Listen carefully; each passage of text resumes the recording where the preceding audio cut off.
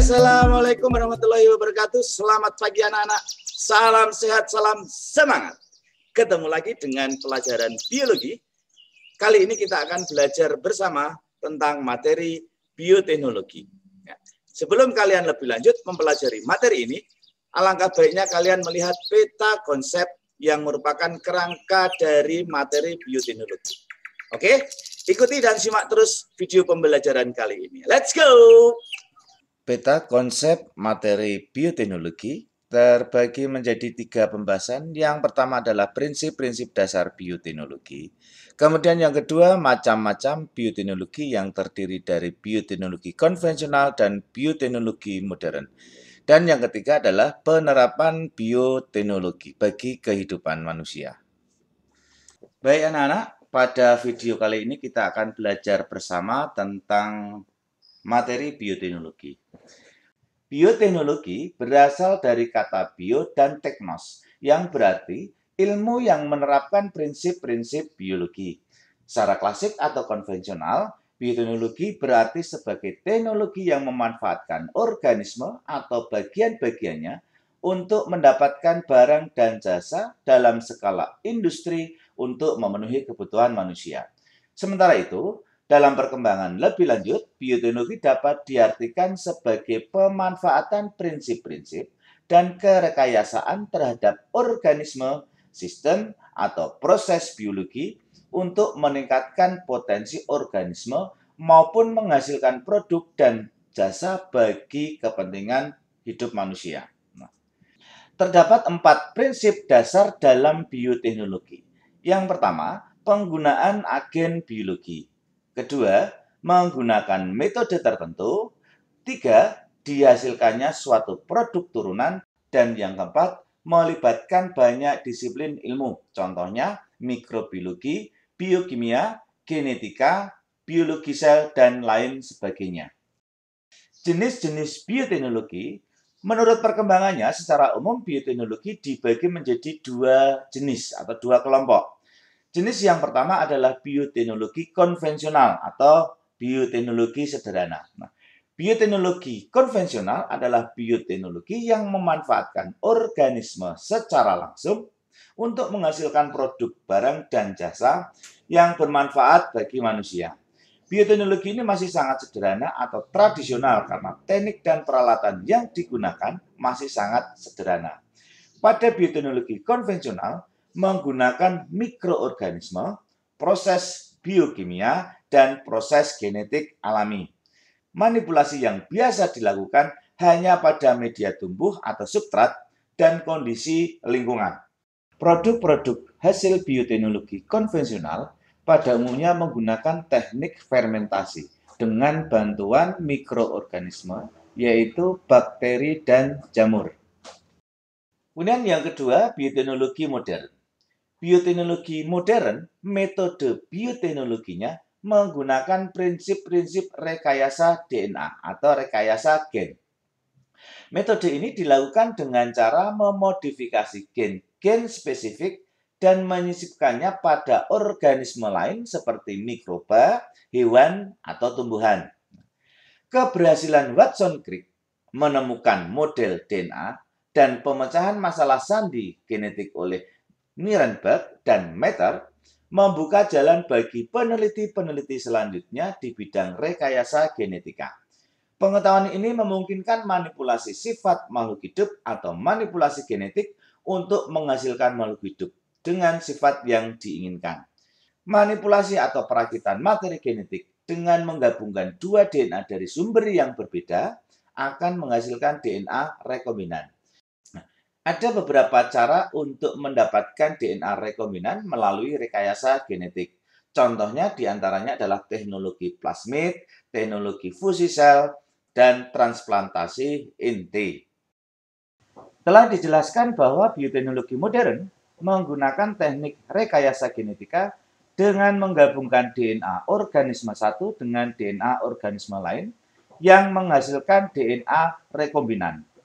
Adapun tahapan-tahapan proses DNA rekombinan dapat diilustrasikan sebagai berikut. Tahap yang pertama adalah isolasi DNA. Jadi pengambilan dan seleksi DNA yang akan digunakan. Tahap kedua adalah transplantasi gen atau DNA. Transplantasi gen dilakukan dengan cara menyisipkan atau menyambungkan gen yang telah diisolasi ke dalam DNA plasmid vektor atau mikroorganisme pembawa DNA menggunakan enzim ligase. Plasmid adalah DNA berbentuk cincin yang dimiliki oleh bakteri. Enzim ligase mampu menyambung ujung-ujung nukleotida dan hasil penyambungan ini disebut DNA rekombinan yang mengandung DNA asli dari vektor dan DNA asing yang diinginkan. Tahap ketiga adalah memasukkan DNA rekombinan ke dalam sel hidup. DNA rekombinan dimasukkan ke vektor sel bakteri atau virus melalui pemanasan dalam larutan NaCl atau melalui elektroporasi. Sel bakteri atau virus tersebut melakukan replikasi dengan cara membelah diri sehingga diperoleh DNA rekombinan dalam jumlah yang banyak. Berikutnya, kita akan membahas peranan bioteknologi bagi kehidupan manusia. Di antaranya, yang pertama, bidang pangan atau bidang makanan. Yang kedua, bidang pertanian dan peternakan. Ketiga, bidang pengelolaan lingkungan. Dan yang keempat, bidang obat-obatan dan kesehatan.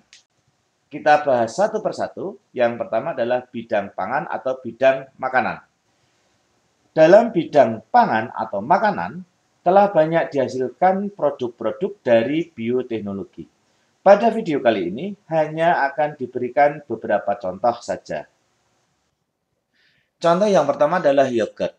Yogurt merupakan minuman hasil fermentasi susu yang menggunakan bakteri Streptococcus thermophilus atau bakteri Lactobacillus bulgaris. Bakteri ini akan mengubah laktosa pada susu menjadi asam laktat. Efek lain dari proses fermentasi adalah pecahnya protein pada susu yang menyebabkan susu menjadi kental. Nah, hasil akhirnya susu akan terasa asam dan kental.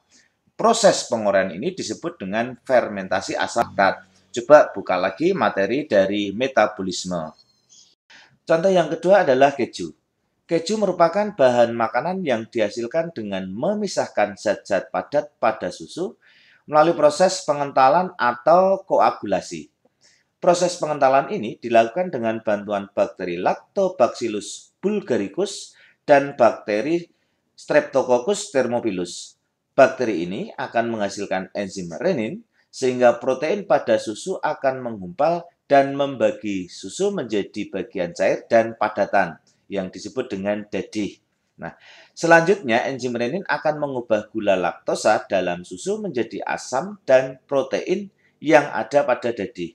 Dadih inilah yang kemudian akan diproses lebih lanjut melalui proses pematangan dan pengemasan sehingga terbentuk olahan makanan yang dikenal dengan keju. Contoh produk berikutnya adalah kecap.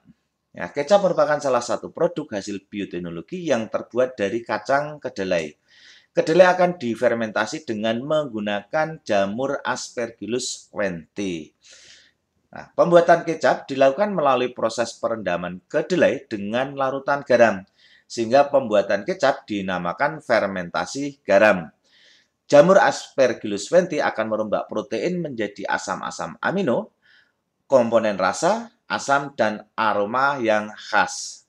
Contoh produk berikutnya adalah tempe. Nah, tempe adalah makanan tradisional khas Indonesia yang sering dikonsumsi menjadi salah satu makanan favorit. Ini termasuk favorit saya juga. Nah, proses pembuatan tempe menggunakan teknik fermentasi dengan menumbuhkan jamur Rhizopus oryzae atau jamur Rhizopus oligosporus pada biji kedelai. Jamur akan menghasilkan benang-benang halus yang disebut dengan hifa. Nah, benang-benang inilah yang mengakibatkan biji kedelai saling terikat dan membentuk struktur yang kompak. Kemudian untuk contoh yang kelima adalah nata de coco. Nata de coco merupakan produk selulosa mikrobial murni. Sebagaimana produk mikrobial lainnya, bahan utama sebagai sumber nutrisi bagi mikroba untuk membentuk produk mikrobial adalah sumber karbon dan sumber nitrogen. Mikroorganisme yang bertanggung jawab untuk mengkonversi nutrisi tersebut menjadi selulosa mikrobial adalah bakteri Acetobacter pseudomonas yang dimasukkan ke dalam media produksi berupa starter nata. Nah, pada proses pembuatan nata de coco, Sumber karbon berasal dari air kelapa, ditambah dengan gula pasir untuk meningkatkan konsentrasi sumber karbonnya. Sedangkan sumber nitrogen biasanya berasal dari urea atau amonium sulfat yang ditambahkan. Contoh keenam dari bidang pangan yaitu protein sel tunggal atau sering disingkat dengan PST. PST merupakan produk biomasa berkadar protein tinggi yang dihasilkan oleh mikroorganisme bersel satu, contohnya kapang, hamir, alga, dan bakteri. PST dapat digunakan sebagai pengganti protein dari sumber protein konvensional seperti hasil pertanian, perikanan, dan peternakan. PST sendiri dikembangkan pada awal tahun 1900-an. Dikenal dengan sebutan single cell protein atau disingkat dengan SCP. Dikenal juga dengan istilah microbial biomass product yang disingkat dengan MBP. Substrat untuk produksi PST dapat menggunakan limbah yang memiliki unsur karbon dan nitrogen yang biasanya terdapat dalam limbah industri dan limbah pertanian, baik limbah padat maupun limbah cair. Berikutnya, peranan bioteknologi yang kedua yaitu di bidang pertanian dan peternakan. Di sini juga akan diberikan beberapa contoh saja, sedangkan contoh-contoh yang lain bisa kalian cari sendiri di internet atau di buku-buku literatur yang lain. Beberapa contoh kita akan bahas di sini. Yang pertama adalah kultur jaringan. Kultur jaringan berarti membudidayakan suatu jaringan makhluk hidup menjadi individu baru yang mempunyai sifat sama seperti induknya. Kultur jaringan pada tumbuhan dilakukan berdasarkan teori sel yang dikemukakan oleh Skilden dan Schwann, yaitu sel tumbuhan mempunyai kemampuan totipotensi. Totipotensi adalah kemampuan setiap sel tumbuhan yang jika diletakkan dalam lingkungan yang sesuai, akan tumbuh menjadi tumbuhan yang sempurna. Kultur jaringan dilakukan dengan cara mengambil potongan-potongan sel atau explant yang diambil dari jaringan meristem yang masih aktif, misalkan ujung akar, ujung batang, dan meristem sekunder. Kemudian explant ini disterilkan dan ditumbuhkan pada medium kultur yang steril. Medium kultur membutuhkan gula, garam-garam anorganik, nitrogen anorganik, dan unsur-unsur mikro. Di dalam medium ditambahkan juga hormon pertumbuhan untuk tumbuh, yaitu auksin dan sitokinin. Komposisi yang tepat dari medium kultur tergantung pada spesies tumbuhan yang akan diklon. Setelah beberapa hari kemudian, explant ini akan tumbuh menjadi kalus. Kemudian kalus akan tumbuh menjadi embryoid, embryoid menjadi embrio. Kemudian setelah kalus tumbuh menjadi tumbuhan utuh atau plantlet dan tumbuh akar, barulah dipindahkan pada media tanah. Contoh yang kedua adalah menanam tanaman dengan sistem hidroponik. Hidroponik adalah teknik bercocok tanam tanpa menggunakan tanah sebagai media tanamnya. Media tanam pada umumnya menggunakan air atau bahan yang bersifat porus seperti pasir, spons, sabut kelapa, arang kayu, dan sebagainya. Untuk pemenuhan kebutuhan akan nutrisi tanaman yang ditanam secara hidroponik, maka perlakuan khusus diberikan pada media tanam, yaitu dengan menambahkan zat-zat anorganik pada media tanam yang digunakan. Contoh ketiga di bidang pertanian dan peternakan adalah tanaman dan hewan transgenik. Kita tahu bahwa bioteknologi modern dilakukan dengan menerapkan teknik rekayasa genetik. Salah satu produk hasil rekayasa genetik adalah dengan membuat organisme transgenik yang kita kenal dengan sebutan Genetical Modified Organism atau sering disingkat dengan GMO. Salah satu contoh tanaman hasil GMO adalah jagung unggul BT.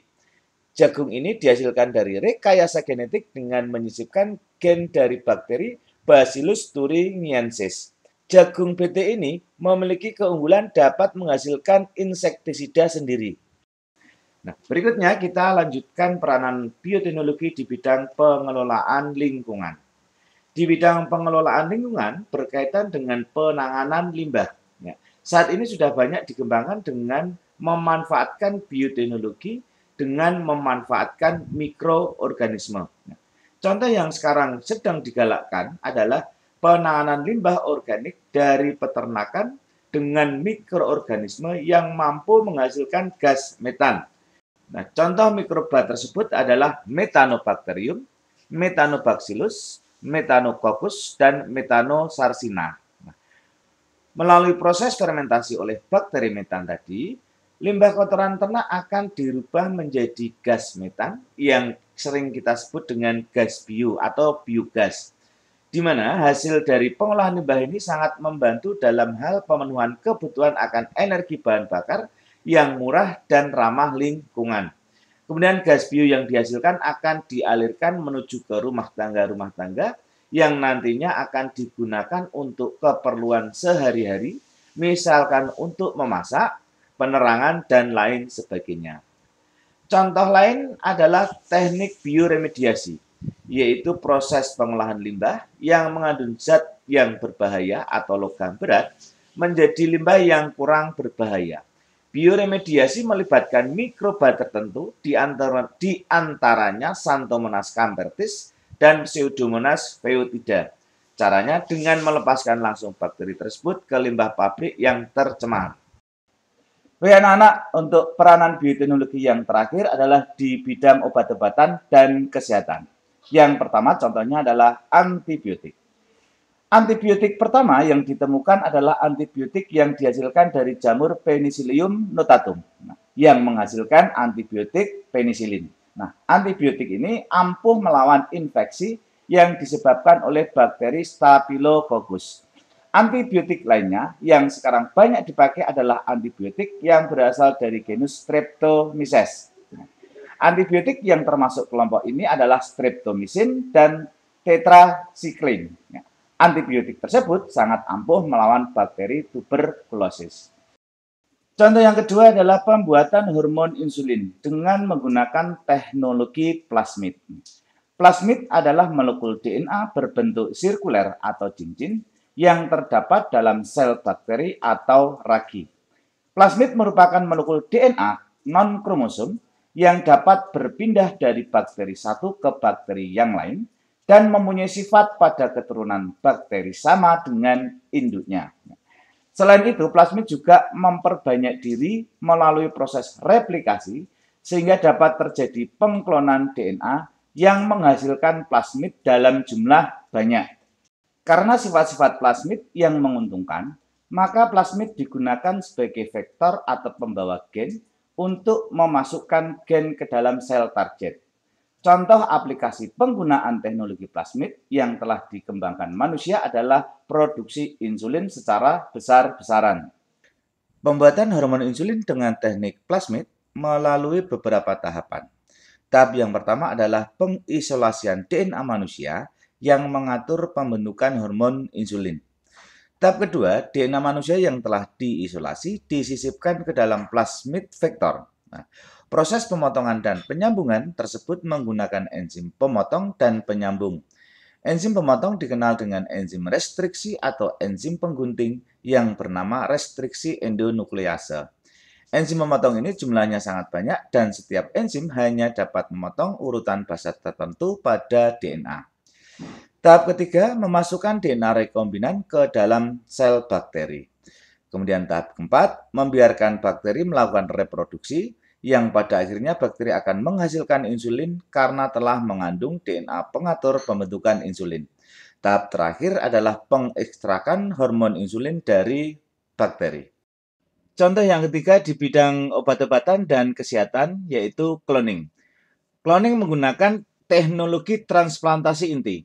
Cloning atau transplantasi atau pencangkukan nukleus digunakan untuk menghasilkan individu yang secara identik sama dengan induknya. Domba Dolly terkenal sebagai mamalia yang pertama yang berhasil dikloning dari sel oleh tim peneliti gabungan dari Britania Raya. Domba Dolly bagian dari serangkaian percobaan di Roslin Institute, Skotlandia, yang mencoba mengembangkan metode cloning untuk menghasilkan hewan ternak rekayasa genetik. Nah, cloning ini adalah sebuah proses untuk menghasilkan individu organisme identik Jika sukses, maka di masa depan hewan-hewan ternak unggul bisa dihasilkan dari cloning ini. Percobaan tersebut dilaksanakan di Roslin Institute yang dipimpin oleh Profesor Sir Ian Wilmut. Karena ruang lingkupnya luas, tim peneliti itu terdiri dari beragam bidang ilmu, meliputi ahli genetika, embriologi, dokter hewan, dan teknik ahli ternak. Proses cloning dilakukan dengan cara memanipulasi sel telur atau ovum supaya merasa dirinya telah dibuahi oleh sperma, yaitu dengan cara memasukkan inti sel somatis donor yang bersifat diploid ke dalam sel telur yang telah dihilangkan inti selnya. Perhatikan ilustrasi berikut untuk menggambarkan proses cloning dilakukan. Tahap awal adalah mengeluarkan inti sel telur dari individu betina yang bersifat haploid. Kemudian tahap yang kedua, mengambil inti sel somatis donor yang bersifat diploid. Tahap ketiga, memindahkan inti sel somatis tadi ke dalam sel telur. Dan yang keempat, memasukkan sel telur yang telah diganti intinya yang sudah memiliki inti 2N atau diploid ke dalam tubuh induk betina. Nah, kemudian yang kelima, sel telur merasa dirinya sudah dibuahi sehingga akan membentuk sigot dan berkembang menjadi embrio dan pada akhirnya akan menghasilkan individu baru hasil cloning. Contoh yang terakhir adalah antibodi monoklonal atau sel hibridoma. Ini menggunakan teknik fusi sel. Antibodi monoklonal adalah antibodi yang spesifik mengenali suatu antigen. Antibodi monoklonal diproduksi dengan menggabungkan dua jenis sel yaitu sel B atau sel T. Ini adalah suatu sel imun dengan sel myeloma atau sel kanker. Hasil fusi antara sel limfosit B dengan sel myeloma menghasilkan hibridoma yang memiliki gen penghasil antibodi seperti sel induknya atau sel B dan dapat membelah dengan cepat seperti sel myeloma atau sel kanker. Nah, anak-anak, bagaimana setelah kalian melihat video pembelajaran kali ini? Harapan saya setelah kalian melihat video pembelajaran kali ini dapat menambah pemahaman Anda tentang materi bioteknologi. Oke? Pesan saya tetap semangat, jaga kesehatan, dan sampai ketemu pada pertemuan yang akan datang. See you!